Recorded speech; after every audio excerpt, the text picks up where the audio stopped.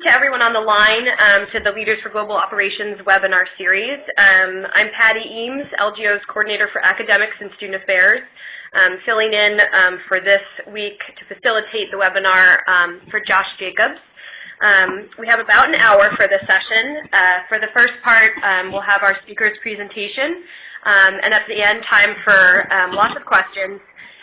For that Q&A, if you could type your questions into the chat function online, or for those in the room, you can speak up at the end once we get to that portion. To minimize some of the background noise, for those of you online, I'll read your questions on your behalf once we get to that portion. So this week's speaker is Matt Vokoun. Matt is currently a corporate VP at Google's Motorola Mobility subsidiary, where he leads the corporate strategy team and is also the GM of the accessory product area and business.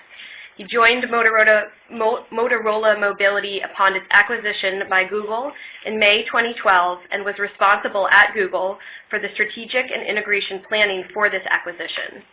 Matt was previously Director of Business Operations and Strategy at Google. Matt will talk about his education and career path, but as a summary, he attended the University of Wisconsin for his undergrad, where he received his BS in chemical engineering and then began his career in engineering and operations roles at 3M, I2 Technologies, and Model E, an internet startup. He then got his MBA in chemical engineering master's at MIT as part of the LGO class of 2005. After MIT, he spent 4 years at Bain & Company in their Palo Alto office, where he consulted with high-tech and private equity clients throughout Silicon Valley. Matt, thanks for joining us for this talk. Thanks. Thanks for the nice introduction. It's good getting a chance to do this. I know this got rescheduled a few times, so I apologize about that. And it's a little bit of turnaround life has made my schedule a little bit up and down. So I'm glad we were able to make this work out today. I'm excited to get a chance to chat with everyone. I only have a few slides. I just want to talk through a little bit of my background, and some of you, it looks like from seeing some of the names, a few of you guys know me already, and then talk about really my experience in the last year and a half working on this acquisition and now transitioning to Motorola Mobility. A lot of things that we've been up to. It's been probably one of the most incredible and challenging career experiences I've had. So I'm, talk through that a little bit, and then happy to take a bunch of questions at the end. So I always start off every, hopefully this works. I always start off every campus presentation with a good Google.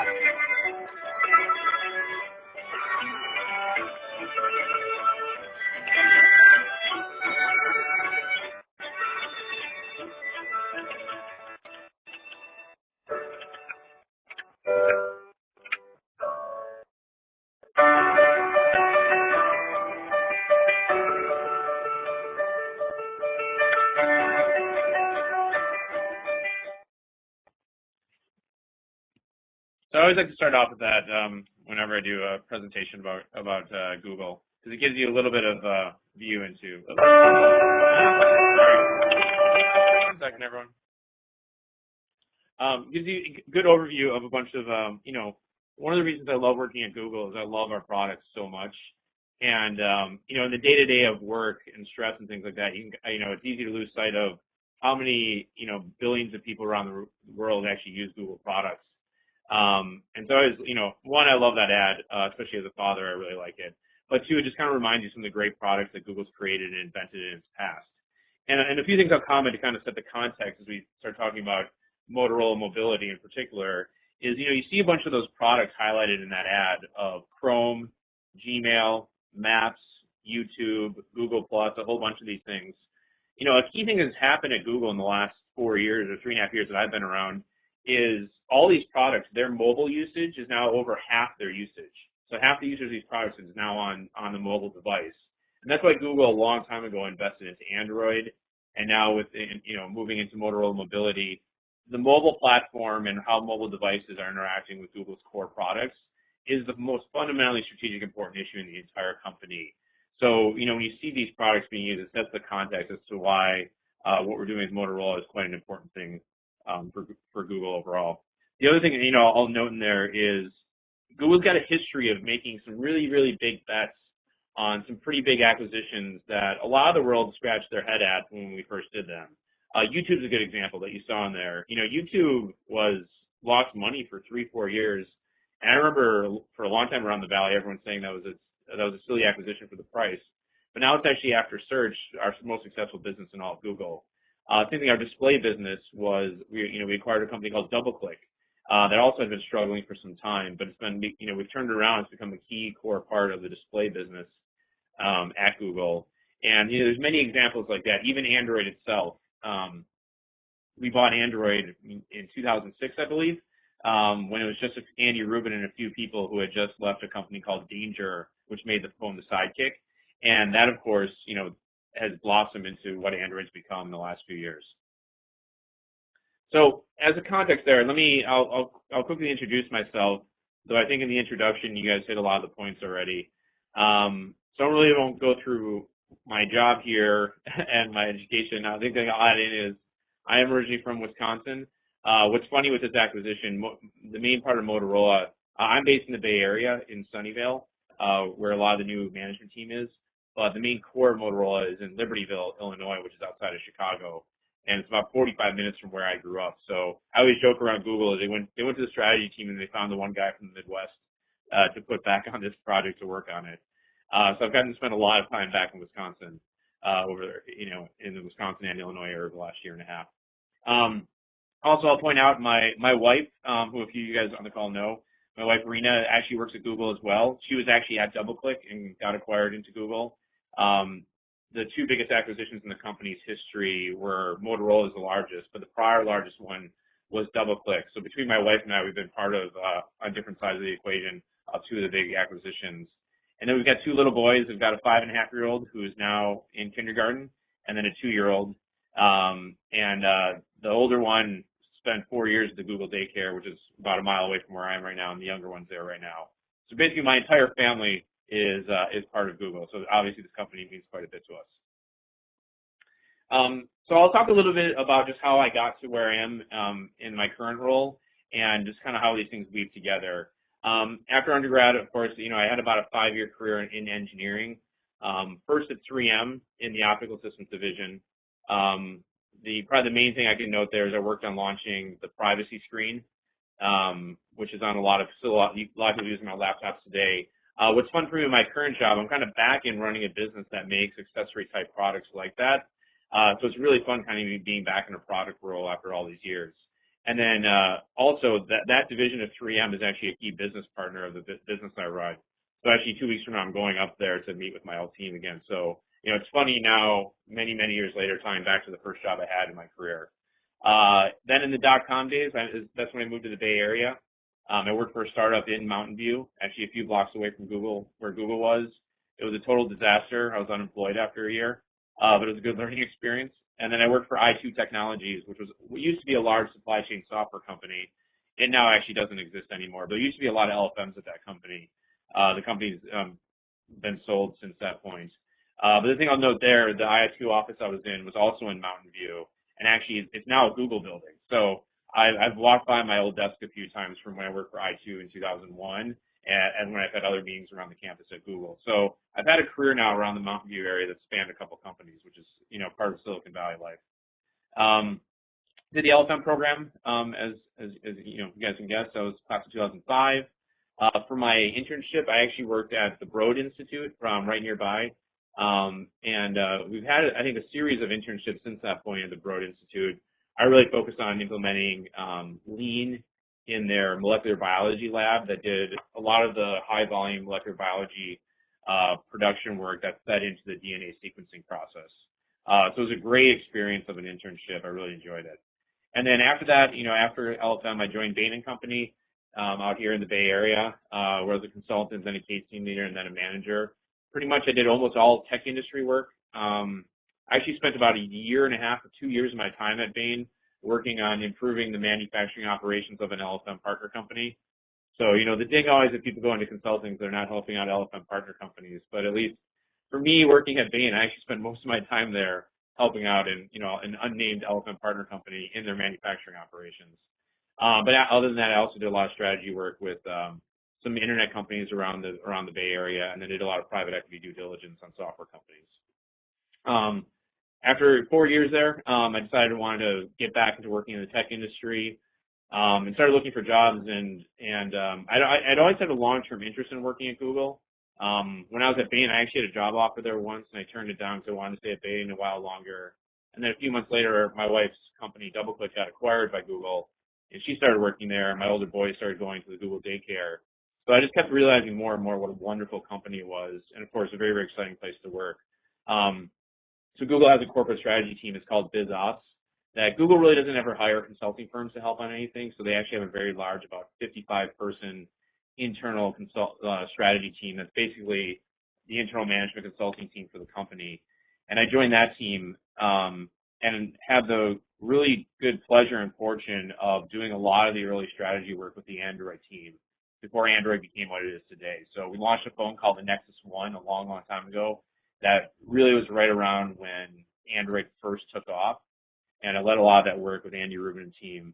And then another key thing we had to do a few months later was really get the content side of, it was Android Marketplace, it's now called Google Play.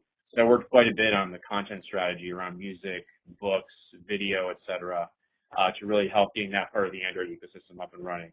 And, you know, I worked on several other things in my time at Google, but the main part of it, what I did there, I did a lot of the mobile work with the Android team. One thing I'll note is Jim Miller is another LFM alum who's at Google, who did one of these webinars in the past.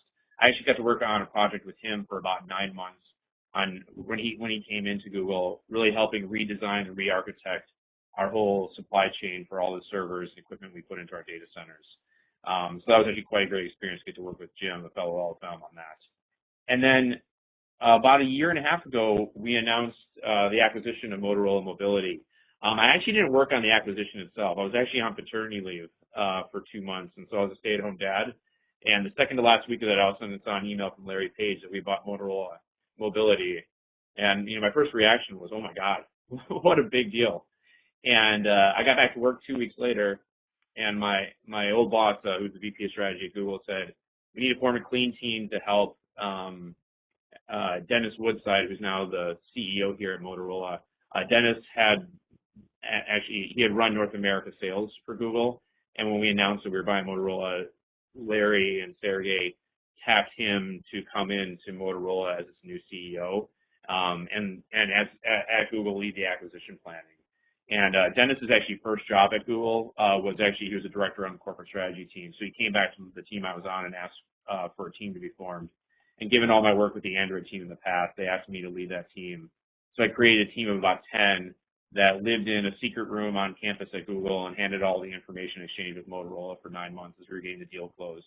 And then when the deal closed, we brought in a whole new management team for the most part.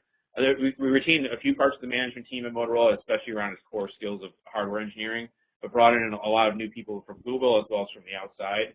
And so I came on board then and actually transferred from Google into the Motorola subsidiary, where I now run 2 parts of the organization. I run the corporate strategy team here, and I also run our accessory business, which we call Companion Products. So it's been really fun, actually, in coming to Google, and now especially what I do at Motorola, is just getting back to working at a tech company, really driving products, managing engineering teams. So it's, you know, though I went into consulting and strategy land, I'm landing back into an operating role, which I find quite exciting.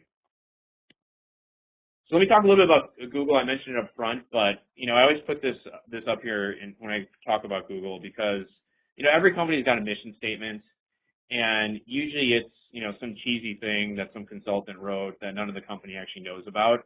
And a really cool thing at Google is that this mission statement, organize the world's information and make it universally accessible and useful. The founders, Larry and Sergey, wrote that 13, 14 years ago now. And it still drives pretty much every decision in the company. You hear every single part of the company think about it and try to tie what they're doing back to this. And so it's incredible to see a company that actually has a mission that it really believes in and makes the company, in particular with the founders, really think long term. Like book scanning is a good example. They just thought, like, why aren't all the books in the world scanned? And that's an impossible problem, but they put people on it and worked on it, and now we've gotten a big chunk of the world's books scanned and into the search index. Same thing on some of the big bets I talked about in the past.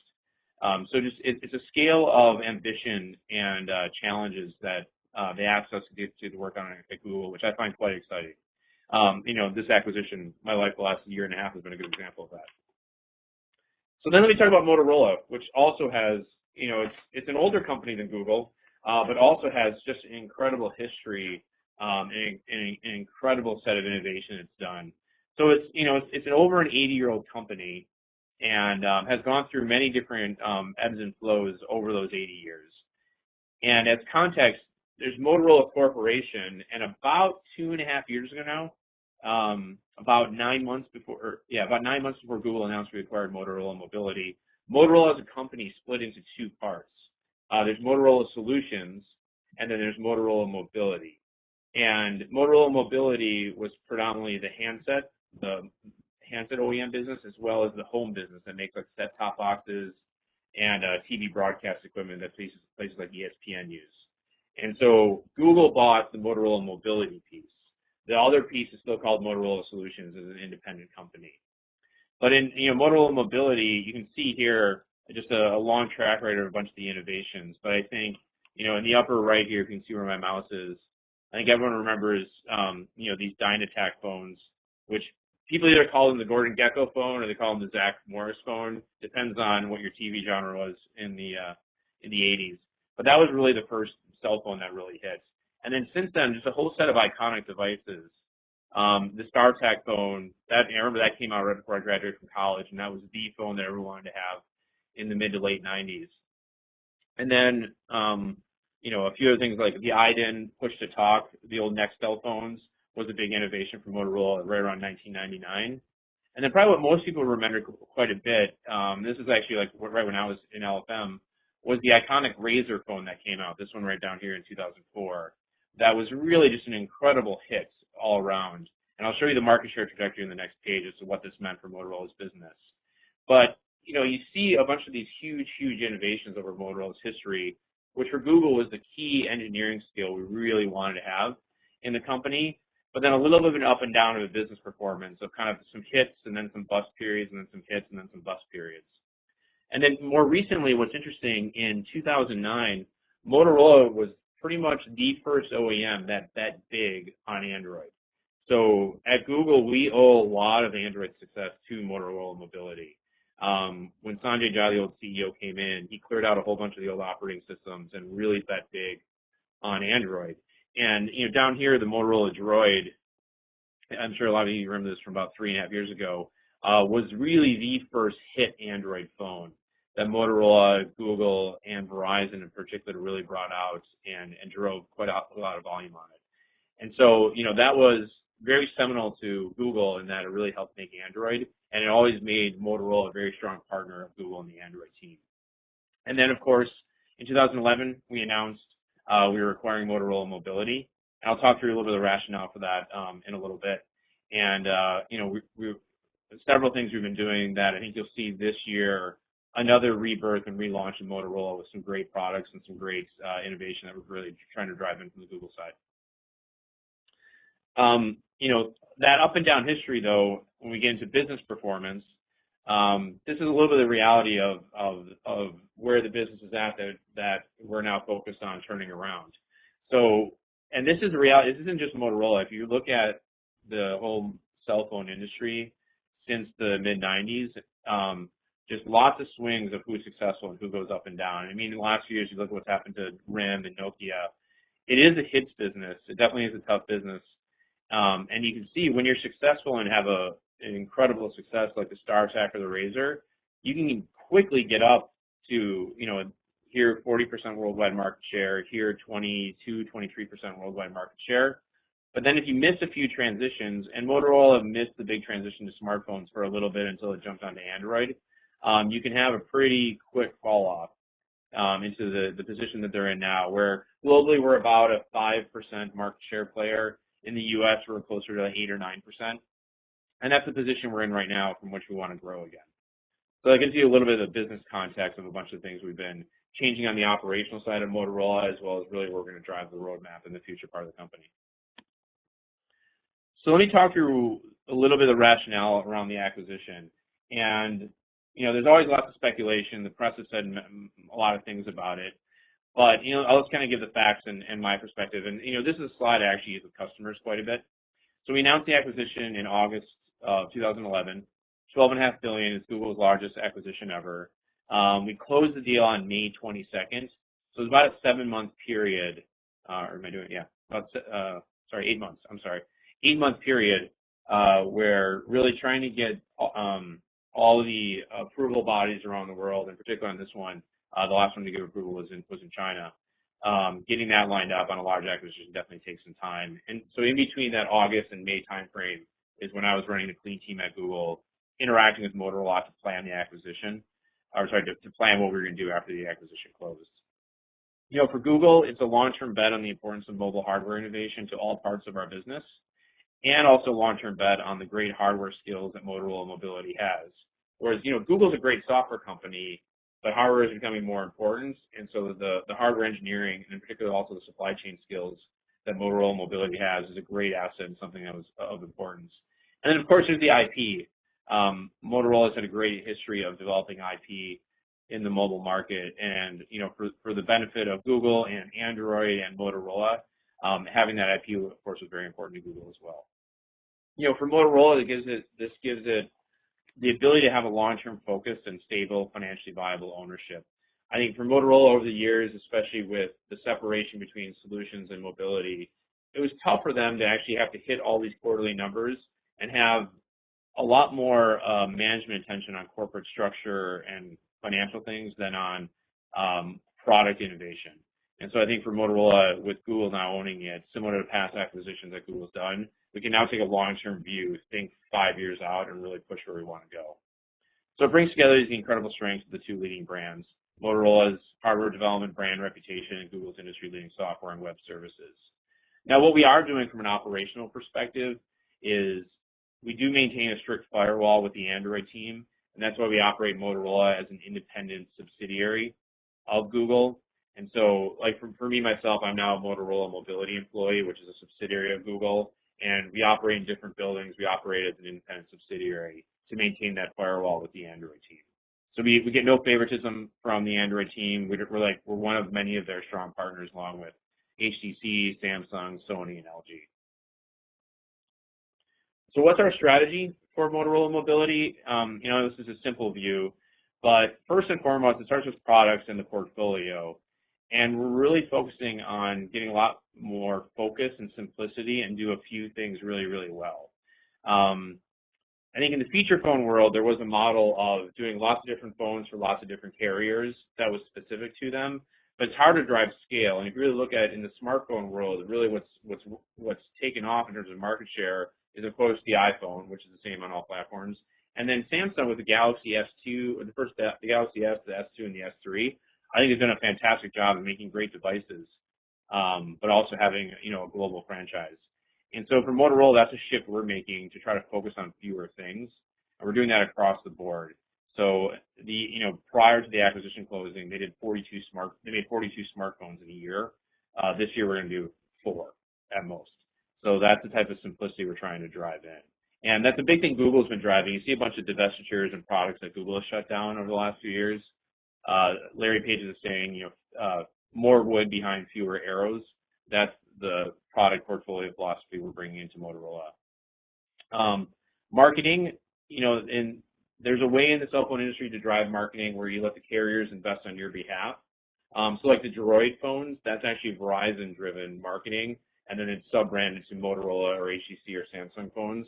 As we go forward, I think we're going to start putting more of our money into creating demand and driving our own marketing message. And we brought in a lot of new talent on the marketing side that's really going to help redo how we're marketing our products.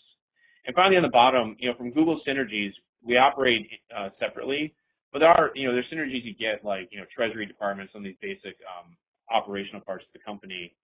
But, for us, what's great is on our phones, we can market that we have great Google services on there, just like every other phone does. But, we'll showcase Maps quite a bit. We'll showcase YouTube quite a bit in our advertising, which we have the incentive to do that since we're part of Google. But also a lot of talent transfers. We brought in probably about 100 people from Google into the company now at this time. So a lot of people at Google are very excited about working on hardware and working at Motorola. And the final part of our strategy is Android focus. We get no favoritism, of course, but we're all in on Android. We're not working on any other operating system. And in the Android marketplace, there is, people get, there's comments about the fragmentation, different versions of the UI, et cetera. And so we're really focused on getting to very much a pure Android experience and being fastest to market with that. No favoritism, but there's a lot of things we can do on our side to actually, when the new version of Android comes out, we want to get it out to our phones as fast as possible. So we're very much trying to align around the direction Android's going and driving in sync with that.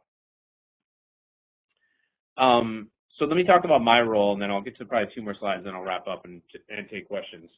So like I said, I've had 3, in the last year and a half, I've kind of played 3 different roles in this acquisition. So I already mentioned the first one, where I led the pre-close integration and strategy planning team. There's about a team of 10 from the Google strategy team, and then many functional integration teams from HR, finance, IT, et cetera, that we had a big cross-functional team working for Dennis Woodside, who's now our CEO, to basically get a plan in place for what we wanted to do with the company, which is everything from what parts to keep versus divest, and the parts we're keeping, how we invest into them and change the product roadmap, change the marketing plan. And my main role, too, was being the primary point of contact to Motorola on all of Google data requests and pre-close due diligence. So in that 8 months, I probably spent more time at Motorola than I did at Google, and was the main point person to a lot of people at Motorola. And then as we were getting ready to close the deal, I was the HR guinea pig for what it meant to be a Googler that transferred to Motorola. So they had to work out the kinks to figure out the process for me, and I was the first one to transfer on in. And since then, I've taken over 2 roles. One is leading the strategy team here, which is similar to the old team I was on at Google. And the main thing we've done in the last now 10 months is we've led the post-close restructuring program to, we've had to do some headcount actions. We've gotten the organization focused on fewer sites. We've cut some products or end of life some products that weren't successful. We exited a lot of markets and countries around the world where we were subscale. And then we've announced publicly now some divestitures of our home business to Eris. That deal's not closed yet. Our factories, Flextronics, we're outsourcing our factories to Flextronics. That's announced but not closed yet. And then we had a few other things. And so me and my team led a lot of that restructuring program, which was part of the plan we developed before the deal closed. And then the 2 other main things is really working with our product leadership to reset and focus our product strategy, fewer products, core franchises, core user experiences, and then with the go-to-market teams, so the markets we've stayed in and where we're going to focus on, particularly North America, Latin America, how do we double down and really, really win in those markets.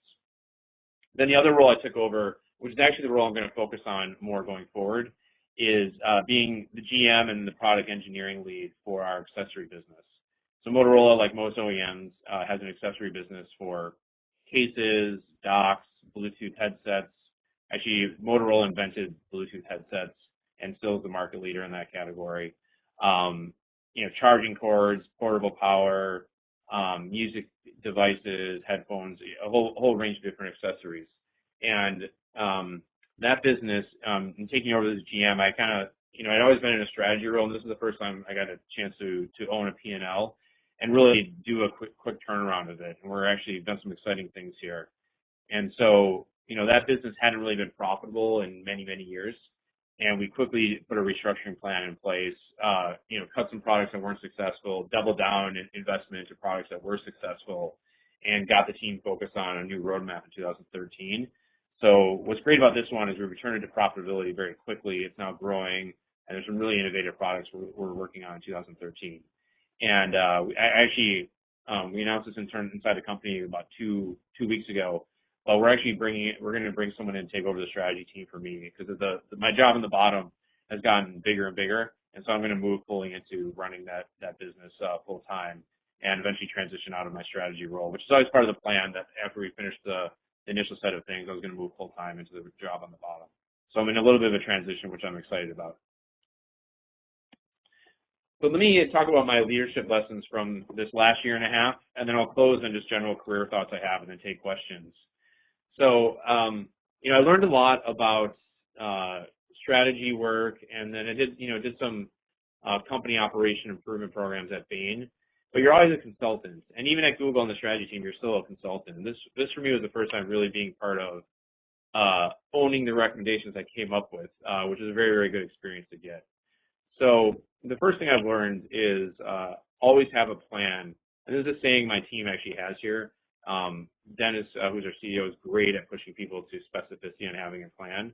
And so, especially when you're coming in to acquire a company and change things and turn it around, ideas and recommendations don't just cut it. You have to really think through all the details of what it pragmatically takes to make something happen, and really have an ownership attitude to go work all those details and put the right people in place.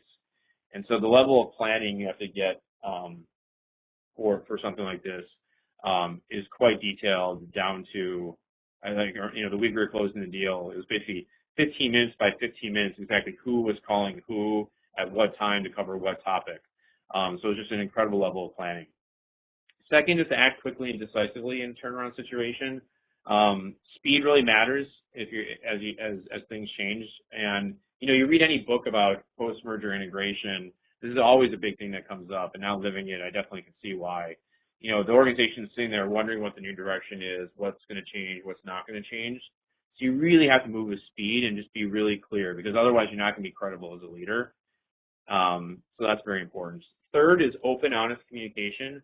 I was blown away when I started working at Google by how much information is shared internally with all employees. Product roadmaps, how financially how everything's doing, what the key goals of everyone in the company was about.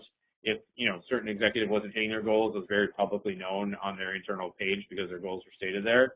Whereas Motorola had a little bit of a different history of more top-down. The executives knew all the details, but the engineers and the rest of the company were kind of shielded from it, which is definitely something I didn't like and didn't agree with. And since the acquisition, we've opened up communication quite incredibly.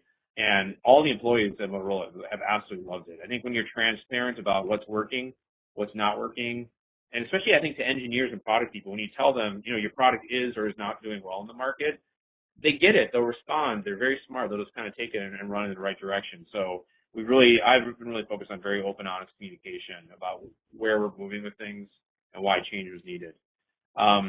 Fourth, you need a great team. I'll admit I haven't focused as much on this as I really am now, but retaining and recruiting A players is absolutely critical. And as a leader, you need to dedicate a lot of your time to this, to the point I'm not trying to get to really from an HR side of retaining the great engineering talent we have, keeping everyone motivated, and bringing in more great people from the outside who are really excited to come work at Motorola. And you got to spend 20-25% of your time running an organization on this topic, which is a big thing I've been trying to change in my focus. And then fifth, in the end, it's still about great products. Despite all the corporate strategy, restructuring, consultant-ish, whatever stuff people want to say, which really we've had to do the last 9 months. In the end, it's still about great products. And it's all going to come down to how awesome are the phones we make, the accessories we make. And so you always, the key thing at Google I learned was just cut through all the business clutter and make sure you have the best engineers, they're motivated, they're aligned, they know they're rewarded, and let them loose to go make great products. So that's, I'd say if I think about our focus and my focus this year, it's all about point number 5 there. And the last point, I'll be honest, turnaround life is tough. I think if you guys on the call, my wife Rena, and she's been a dear for taking this on of me doing this job in the last year and a half, because my job at Google, the 2.5 years prior to that, I think I traveled once or twice maybe in 2.5 years, and we live about 4 miles away from Google. So I went from 2.5 years of basically not leaving a 4-mile square radius, where me, my wife, and our 2 boys were, to taking on this role, where I do spend a lot of time in Chicago, and I've got an operation outside of Atlanta, and it's a lot of work to plan a large acquisition and then come in and drive a change in the company. So it's a very good experience to turn around life, but it's definitely eyes wide open if you're going to do it, understand what you're getting into. And I definitely knew that. And as it does get better as you kind of go through the initial year of a lot of change. But I will say work-life balance, personal energy, and retaining a good can-do attitude, it can be a challenge and a turnaround. It's a big thing you got to make sure you as a leader stay focused on. So I'll wrap up on this and then take questions. Top 5 career lessons, I'll just state, and this is at least how I've thought about things, especially since LFM. One, your education doesn't stop when you get your degree. I do look at every job I take on as what am I going to learn from that? What's different about it? How am I always learning new things? And I think that's part of the reason I like consulting is you're always on new topics, learning new things. And, a reason I like working here quite a bit is there's just always different technologies and topics to spend your time learning. So I always view everything as an education opportunity. Second, every job experience opens new doors for future opportunities, especially when I talk to, students in school and undergrad or in LGO. I think sometimes people focus on what is this job and am I going to like this job? I think it's as important to say, what's the content of the job, but what next set of opportunities or experiences does it open up to me? And are you, by doing the next step, opening up more doors for yourself with future opportunities? Third, your career will span multiple companies and jobs. I mean, especially living here in Silicon Valley, that's the reality of it. I kind of, I worked for a lot of companies as you saw in my career, so I just kind of assumed this and managed my career and, even things from my personal finances, I kind of always have this assumption in mind. I love working at Google. I actually don't plan to leave at all, but I just think this is a fundamental thing everyone in our generation needs to assume. Silicon Valley is an amazing place to live and a hotbed for your career. I mean, I worked out here and lived here for 3.5 years before LGO, and then I came back to live out here. There is incredible people in the tech industry naturally migrate from all over the world to work out here. It's an exciting place to work. And the nice part of it, and I think about this more as a parent, is, from, like I said, I have no plans to ever leave my job, but like when I look at me or my neighbors, like all the companies that anyone would maybe ever think about going to work for are all within 10 miles. So within 10 miles of where I'm sitting right now is Apple and Facebook and LinkedIn. Yahoo's actually in the building right behind us, Google, Motorola Mobility, Cisco, Intel. I mean, all these companies basically sit on top of each other. And what I find in being a manager here in Silicon Valley is you have to like step the bar up yourself to really make sure you're keeping talent motivated and retained, because they can walk out the door and go literally across the parking lot to the next company. And so it's just a different way of managing a company and talent I've found. And then fifth, managing 2 careers, a family and personal interest is always a challenge. I haven't figured this one out yet. Last year and a half has definitely been a more challenge on that. But it's something, for those of you who are working parents, you kind of get to that point. So with that, that's the main stuff I wanted to cover about just, a little bit of my career and how I ended up where I am now, and a lot about the last year and a half of working on this incredible acquisition of Motorola Mobility by Google. So I want to open it and take questions. I think we got about 15 minutes left here. Yep, thanks, Matt. That was great. Just a reminder for those who are joining us remotely, if you could type your questions into the chat online, and we'll ask them on your behalf. We also have a few current students here in the room, so I don't know if any of you have some questions for Matt to get us started. Okay. Hey, Matt. This is Paul Meggs. I'm in LGO 14. Thanks for talking with us today. I was just curious, as you've transitioned into the role of the team of the executive, how did you build the credibility with those teams, given that you were coming from those strategy and consulting roles? Did you find resistance from the actual kind of engineers and down on the ground employees, or how have you built that credibility? Yeah, it's a very good question. The team I have is fantastic. To their credit, they treated me really well the moment I walked in. Because if I was one of them, I'd be like, what the heck is this guy? He hasn't been here. He's a new person coming in, has been out of engineering role for a while. So, one, I've actually said that they've embraced me and brought me in as part of the team, which has been great. And the way I approached it was, I did have a background in product. I've been away from it for a while, but I understand Google really well. I understand the mobile space really well. I understand strategy very well. And so I'm really excited to work with them.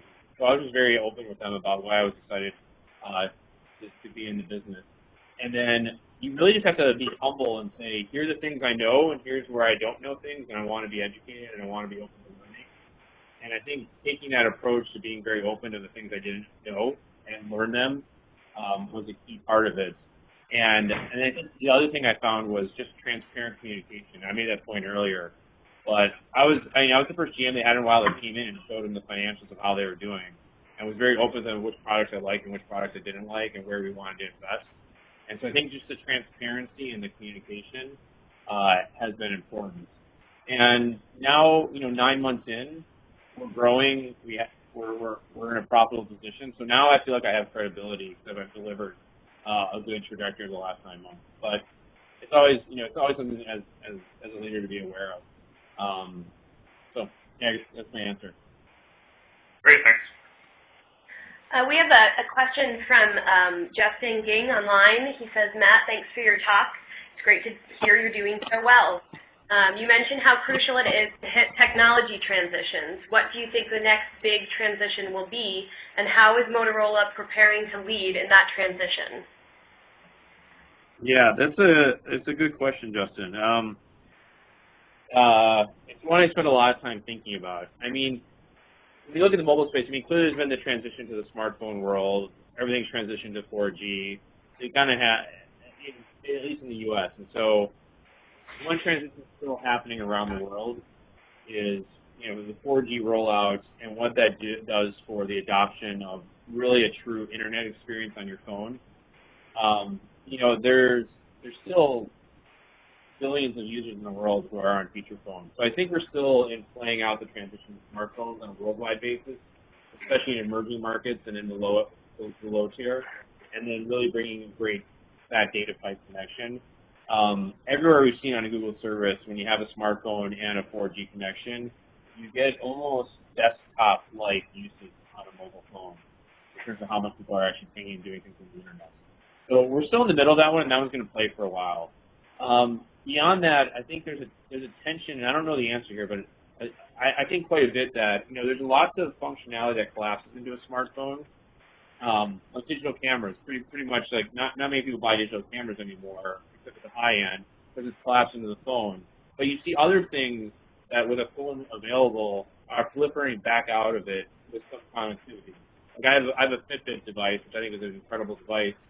That's something that my phone can do, but it's better on a smaller form factor. And so I think you're seeing the emergence of these special purpose hardware devices that have a line of connectivity back to a phone or back to a Wi-Fi network, and then as a mesh, they start actually interacting with one another. And how all these connected devices actually interact with one another, no one's figured that out. They tend not to work very well. I kind of view that as the next area from a consumer electronics perspective, that someone's going to figure out the key connectivity use cases there, and no one's quite gotten it right yet. So that's what I'm spending a lot of my time trying to figure out.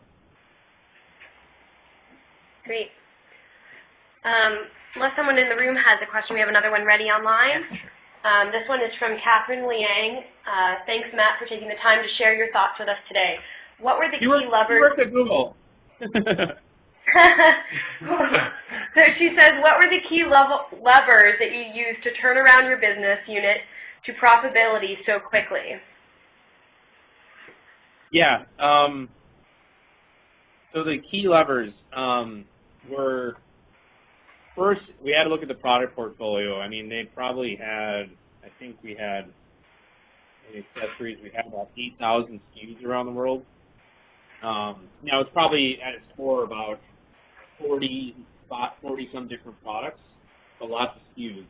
And so it was really pruning through the products and saying, is this product doing well or not? Or more fundamentally, is that a product category we from Motorola have a technical advantage in, innovation advantage, or some natural connectivity to the phone that we naturally could be winning, versus is it just an accessory category where anyone could be in there?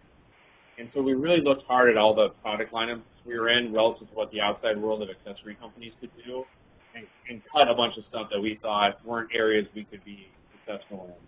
So we probably cut about 60% of the products, or didn't cut them our end of life from them. So that was one lever. Second lever, there are a few key technology areas like Bluetooth, power management, that Motorola really had a long history of leading in and innovating in.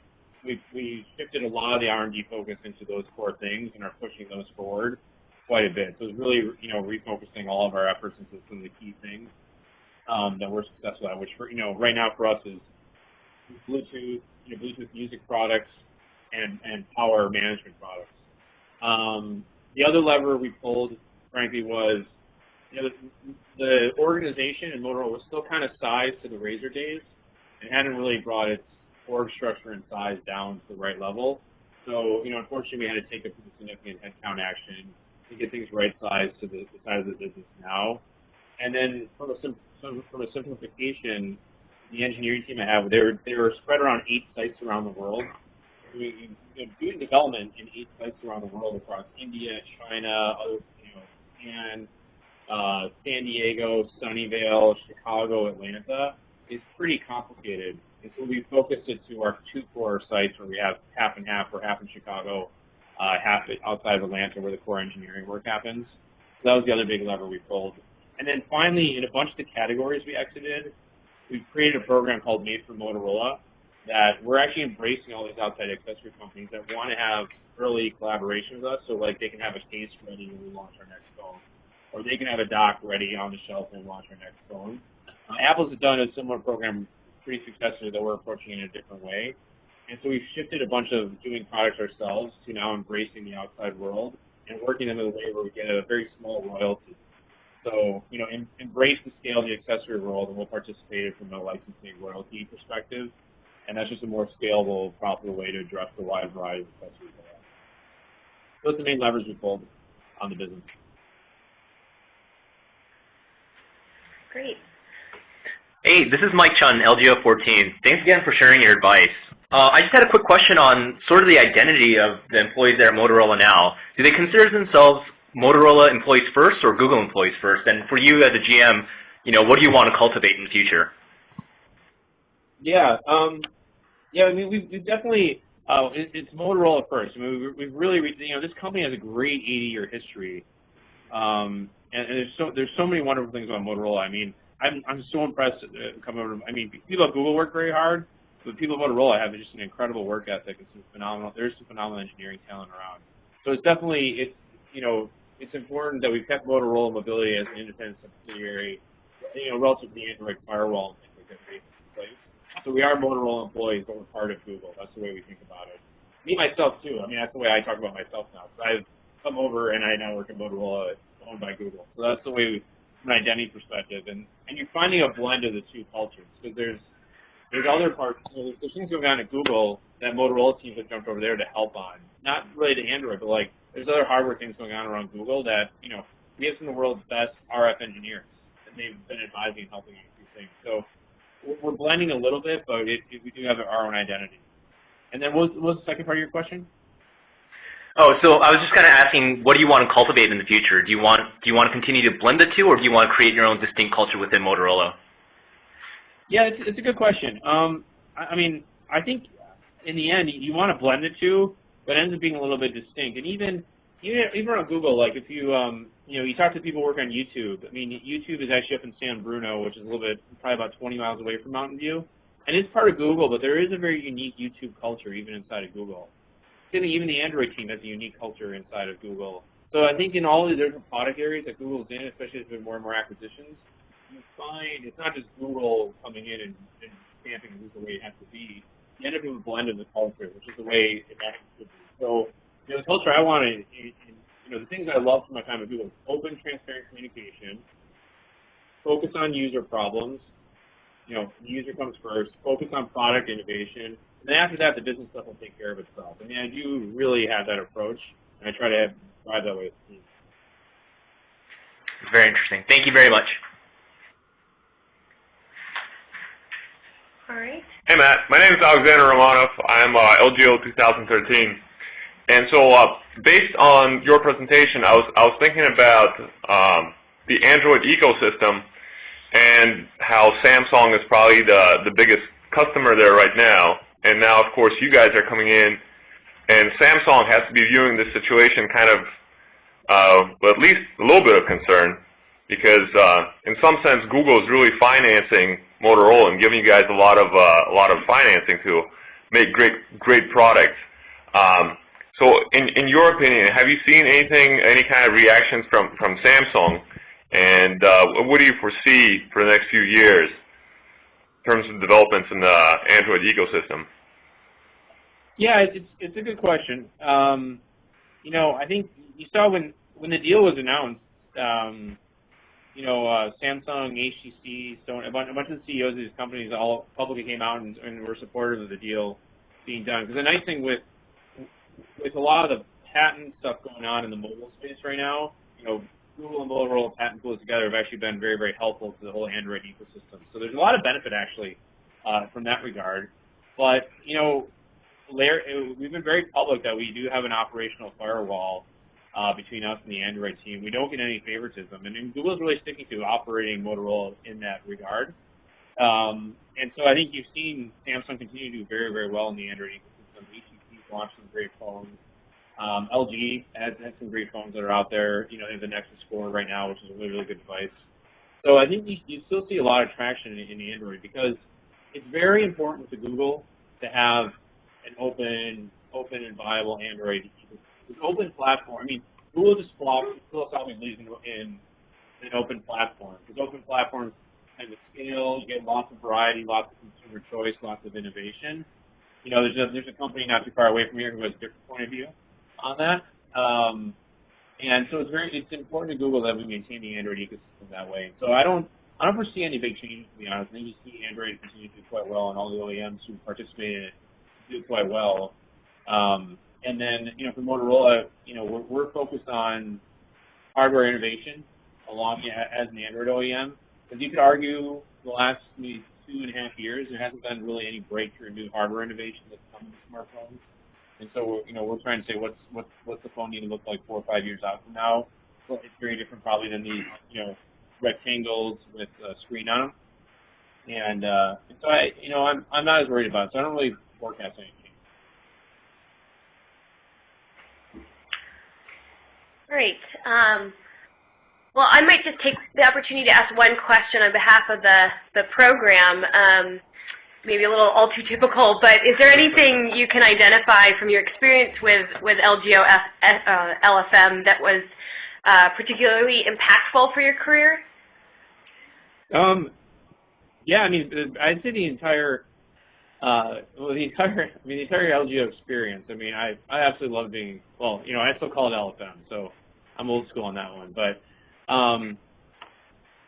first and foremost, being capable of thinking deeply about business issues and engineering issues, and in particular being credible in engineering land with technical, you know, I don't do engineering work anymore, but being credible, I think, you know, just anyone who's got just an MBA off the street, it's, you know, you can do that. But like LGO, I think I've always found probably more than I deserve. I get just credibility in technical organizations from having the dual degree and being fluent and deep and talking about manufacturing, product development, supply chain, et cetera. And at least for me, my whole career has been in the tech industry. And, you know, Google is a very engineering-driven culture. Motorola is a very engineering-driven culture. So I just find I get probably initial credibility walking the door, which is great. Second, just deeply understanding operations and how to think about operations. And really, I haven't been in an operating role until now since LGO, but really understanding how to dive into the data, understand the day-to-day operations and things like that. Like, you know, I have quality issues. We're ramping products in factories in China. So much now in my current job is actually coming back from my LGO days, the throughput in LGO. I find that core understanding and appreciation for operations is quite important. And then I think some of the leadership things, I think back to some of the leadership classes we had in LGO, getting to, putting into practice now, it's a great leadership development of programs, and I found that useful as well. The one other thing I'll say, probably a class that I think everyone thinks is one of the most boring ones at Sloan is, managerial accounting. I use managerial accounting more than anything in the world right now, and I've always have it. And I always say that to Sloan students. Like, that's probably one of the single most important classes to take while you're at school, and no one takes it because it sounds like a boring topic. But really understanding how P&Ls are constructed, how transfer pricing happens, how things get cost accounted, it's so important. If you're ever going to be responsible for a P&L, that's the most important class. Great, awesome. Thank you so much. I think that's all the questions we had for today, and we just really appreciate you taking the time to share all this with us. So thank you. No problem. Everyone go out and buy a Motorola phone. Great. All right, thanks. Thanks, everyone.